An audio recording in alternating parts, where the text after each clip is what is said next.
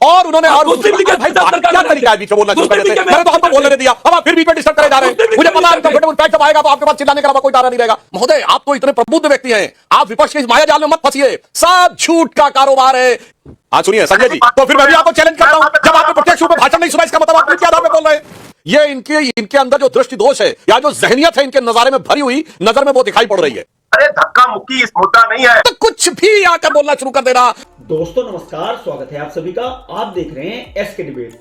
संसद में बीजेपी और कांग्रेस के बीच अंबेडकर को लेकर चल रही लड़ाई अब पुलिस थाने तक पहुंच गई है।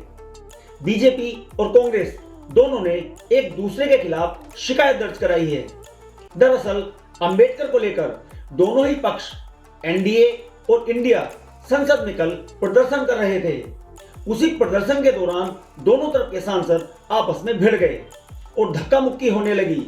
इस धक्का मुक्की में बीजेपी के दो सांसदों प्रताप सारंगी और मुकेश राजपूत को गंभीर चोटें आई हैं और दोनों ही सांसद अस्पताल में एडमिट हैं। फिलहाल दोनों सांसद अभी भी आईसीयू में हैं। बीजेपी ने आरोप लगाया कि राहुल गांधी ने धक्का दिया है, जिससे दोनों सांसदों को गंभीर चोटें आई हैं। बीजेपी ने राहुल गांधी पर कई धाराओं में एफआईआर दर्ज कराई है, जिसमें एक धारा हत्या के प्रयास की भी है। आज की डिबेट इसी मुद्दे पर होने वाली है। बीजेपी की तरफ से सुधांशु त्रिवेदी, आम आदमी पार्टी की तरफ से संजय सिंह और निर्दलीय सांसद पप्पू यादव हैं। दोस्तों वीडियो बहुत मजेदार होने वाली है। आपसे अनुरोध है वीडियो को अंत तक जरूर देखें। वीडियो पसंद आए तो लाइक करें, शेयर करें, कमेंट करें और मेरे चैनल को सब्सक्राइब करें। जो दोस्तों मेन डिबेट स्टार्ट करते हैं, चलिए शुरू करते हैं।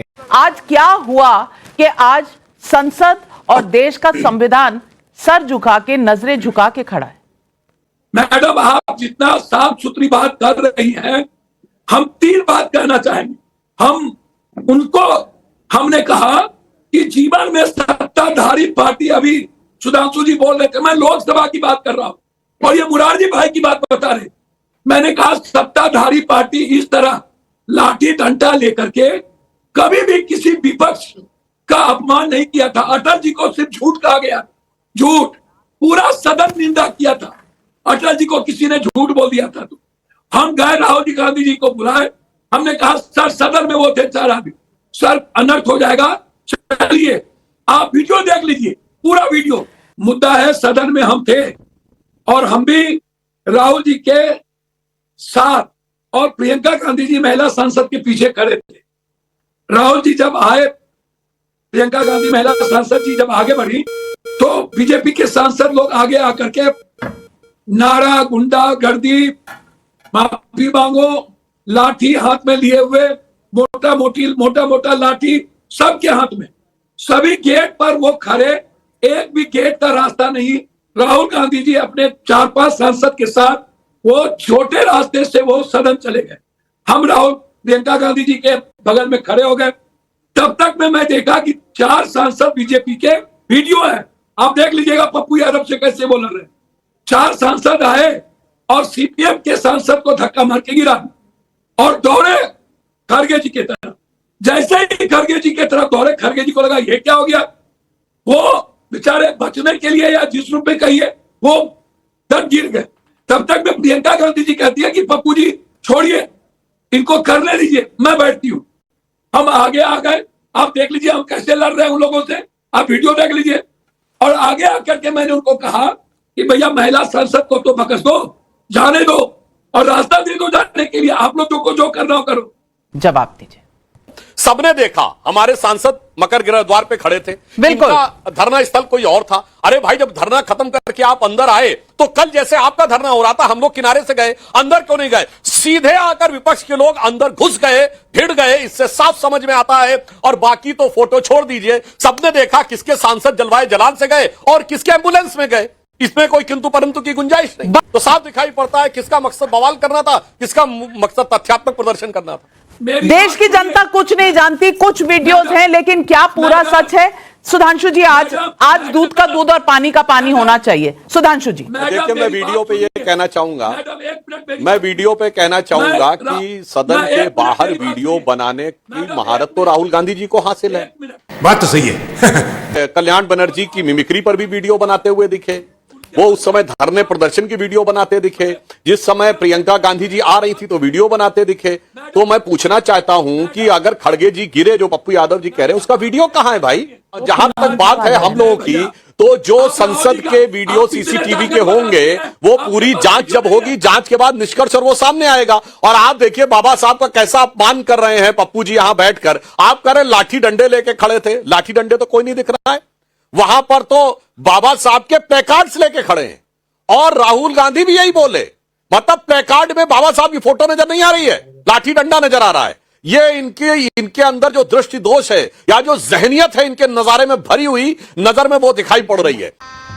गजब बेइज्जती है। पप्पू जी आपको पता होना चाहिए, इस कांग्रेस पार्टी ने तो बाबा साहब को संसद में नहीं जाने दिया। 52 में तो चुनाव हरवाया ही हरवाया, 54 में भी चुनाव हरवाया। फैक्ट के साथ बोली, आपने जितनी बातें बोली सब हवा में बोली। मैंने हर चीज का फैक्ट कोट किया। बाबा साहब अंबेडकर की autobiography written by Dhananjay Padma Bhushan Dhananjay कीर, और उन्होंने लिखा तब बाबा साहब नाराज हुए और बाहर आकर उन्होंने प्रेस में अपना इस्तीफा वो किया। और उन्होंने और भाई क्या तरीका है बीच में बोलना शुरू कर देते। मैंने तो आपको बोलने नहीं दिया, अब आप फिर बीच में डिस्टर्ब करे जा रहे हैं। मुझे पता है अनकंफर्टेबल फैक्ट जब आएगा तो आपके पास चिल्लाने के अलावा कोई तारा नहीं रहेगा। और मैं दर्शकों से कहता हूं, जाइए अभी खोलिए अपना फोन और इंटरनेट पे जाकर देखिए, जुलाई अगस्त 1956 में अपने मृत्यु से केवल 2-3 महीने पूर्व बीबीसी को दिया गया इंटरव्यू है बाबा साहब का। उन्होंने कांग्रेस और गांधी जी तक के लिए क्या बोला है, अपने कानों से सुनिए, बाबा साहब की आवाज में है। और इन्होंने जो किया, मैं बताना चाहता हूं हमने क्या किया। बाबा साहब के जन्म स्थान महू को मध्य प्रदेश में स्मारक बनाया गया सुंदरलाल पटवा जी की गवर्नमेंट में 1990 में। बाबा साहब के चैत्य भूमि दीक्षा भूमि को नागपुर में जब 1996 में हमारी शिवसेना की गठबंधन सरकार थी तब स्मारक बनाया गया। क्या इससे भी बुरे दिन संसद में अब देखने पड़ेंगे? धक्का मुक्की तक अगर बात आ जाए, सिर फूट जाए, चोट लग जाए, 2 लोग अस्पताल पहुंच जाए, 2 सांसद, और फिर दोनों तरफ से पक्ष और विपक्ष दोनों एफआईआर दर्ज कर दें। अरे धक्का मुक्की इस मुद्दा नहीं है। चड्ढा समझाओ, इसे समझाओ। मुद्दा है देश का संविधान लिखने वाले बाबा साहब डॉक्टर भीमराव अंबेडकर जी का अपमान हुआ है। ये वो लोग हैं जिन्होंने आरक्षण का विरोध किया। आपके सामने फैक्ट्स बता रहे हैं सुधांशु जी, इनसे पूछिए फैक्ट। 11 दिसंबर 1949 को आरएसएस ने रामलीला के मैदान में बाबा साहब के खिलाफ रैली किया या नहीं किया, इनसे पूछिए। आरएसएस ने बाबा साहब डॉक्टर भीमराव अंबेडकर जी के पुतले 1949 में जलाए कि नहीं जलाए, इनसे पूछिए। कि गुरु गोलवलकर ने पांचजन्य में 30 नवंबर 1949 को बाबा साहब डॉक्टर भीमराव अंबेडकर के संविधान के खिलाफ अपनी बातें लिखी थी या नहीं लिखी थी, इनसे सवाल पूछे कि इन्होंने आरक्षण के खिलाफ मंडल के खिलाफ कमंडल पूरे देश में निकालने का काम किया था कि नहीं किया था। सवाल आज ये है, 2 सांसदों के लिए हम यहां नहीं बैठे हैं, हम बैठे बाबा साहब डॉक्टर भीमराव अंबेडकर जी के अपमान के खिलाफ अपनी बात कहने के।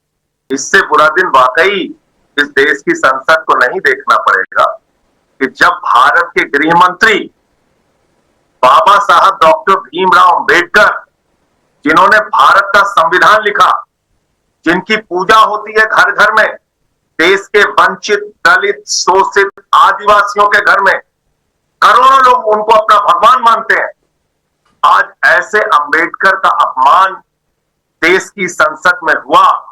मेरे ख्याल से ऐसा दिन इस देश में आएगा, इसके बारे में कभी नहीं सोचा गया हो। आपकी औकात बता रहा हूं सर, बुरा नहीं मानना सर। अभी आपने कहा कि 1949 में संघ ने यह कहा, 1949 में संघ ने यह कहा, आप कुछ लगता भूल गए। 30 जनवरी 1948 को महात्मा गांधी जी की दुखद हत्या के बाद संघ पे तो प्रतिबंध था 2 साल तक, तो 48 और 49 में तो संघ पे प्रतिबंध था। तो ये कौन सी रैली और कौन से प्रदर्शन की आप बात कर रहे हैं, जरा सोर्स बता दीजिएगा, उसके बाद बता देंगे। इसीलिए मैं कहता हूं आप लोग आकर जब बात करने लगते, आपकी बात व्यक्तिगत नहीं कर रहा हूं, विपक्ष का कोई भी आदमी, आप मंडल के बदले में कमंडल आया तो मैं डेट कोट करना चाहता हूं। सुनिए महोदय, अक्टूबर 1984 में राम मंदिर के लिए पहली रैली हुई लखनऊ के बेगम हजरत महल पार्क में। 1 फरवरी 1986 को ताला खुला। अप्रैल 1987 में मंदिर निर्माण के संकल्प को लेकर रैली हुई अयोध्या में, और मैं भी गया था उस रैली में, बच्चे के रूप में गया था, और यह भी नारा था लोकतंत्र की देखो शान, बंदी बने हुए भगवान। अब सुनिए, 9 नवंबर 1989 को शिलान्यास हुआ और 7 अगस्त 1990 को मंडल आया। तो कुछ भी आकर बोलना शुरू कर देना कि मंडल के बदले में मंदिर आया फलाना। और 30 अक्टूबर 1990 को जो कार सेवा थी वो 9 नवंबर 1989 को डिसाइड हो चुकी थी, क्योंकि 9 नवंबर 1989 भी देवोत्थानी एकादशी थी और 30 अक्टूबर 1990 भी देवोत्थानी एकादशी थी। महोदय, आप तो इतने प्रबुद्ध व्यक्ति हैं, आप विपक्ष के इस माया जाल में मत फंसिए। सब झूठ का कारोबार है, एक एक तथ्य के सामने कोई चीज नहीं टिक पाती। और बाबा साहब के अंबेडकर के तो मैंने 4-6 अपमान तो मैंने आपके सामने गिना दिए, और उसके बाद भी आपको समझ में नहीं आ रहा है कि कितना अपमान किया गया। तो बाबा साहब ने किताब लिखी है जिसका शीर्षक जानते क्या है? What Gandhi and Congress has done to untouchables. मैं दर्शकों से कहता हूं अभी जाके खोजिए और अपने आप पढ़ लीजिए, अवेलेबल है, नेट पे अवेलेबल है किताब। नहीं, अभी और सुनिए, दिखा तो दीजिए विपक्ष का कोई वीडियो। अगर मैं हम हल्ला गुल्ला कर रहे हैं, हम बहिर्गमन कर रहे हैं, हम ये आपत्ति कर रहे हैं, यही दर्शाता है सर। अब अपने टर्न पे बोलिए सर, अपने टर्न पे, पूरे देश के सामने अभी अपने। अगर मैं वहां बैठा था अरे, तो मैं इस्तीफा देने के लिए तैयार हूं, अभी इसी चैनल पे ऐलान कर दूंगा। आज सुनिए संजय जी, तो फिर मैं भी आपको चैलेंज करता हूं, जब आपने प्रत्यक्ष रूप में भाषण नहीं सुना, इसका मतलब आप किस आधार पे बोल रहे हैं? अब दो बातें संजय जी ने यहां पर स्वीकार कर लिया कि 75 वर्ष पूरे होने पर संविधान की जो महत्वपूर्ण डिबेट थी, उसका जो समारोह था जिसमें गृह मंत्री जवाब दे रहे थे, उस समय यहां अनुपस्थित थे और इनको लग रहा था उससे ज्यादा इंपॉर्टेंट कोई काम है। पॉइंट नंबर 2, अगर ये अनुपस्थित थे तो इन्होंने प्रत्यक्ष रूप में वो भाषण नहीं सुना है और ये सुनी सुनाई बातों और क्लिपों के आधार पर जवाब दे रहे हैं। गजब बेइज्जती है, मजा आया। देखा दोस्तों, आपने सुधांशु त्रिवेदी, संजय सिंह और पप्पू यादव तीनों को सुना। आप किसकी बात से सहमत हैं? दोस्तों, वीडियो को लास्ट तक देखने के लिए दिल से धन्यवाद। और वीडियो के बारे में आपकी क्या राय है कमेंट सेक्शन में कमेंट करके बताएं। और अगर वीडियो पसंद आई हो तो लाइक करें, शेयर करें, कमेंट करें और मेरे चैनल को सब्सक्राइब करें। तो दोस्तों, मिलते हैं अगली वीडियो में। जय हिंद, वंदे मातरम, जय श्री राम।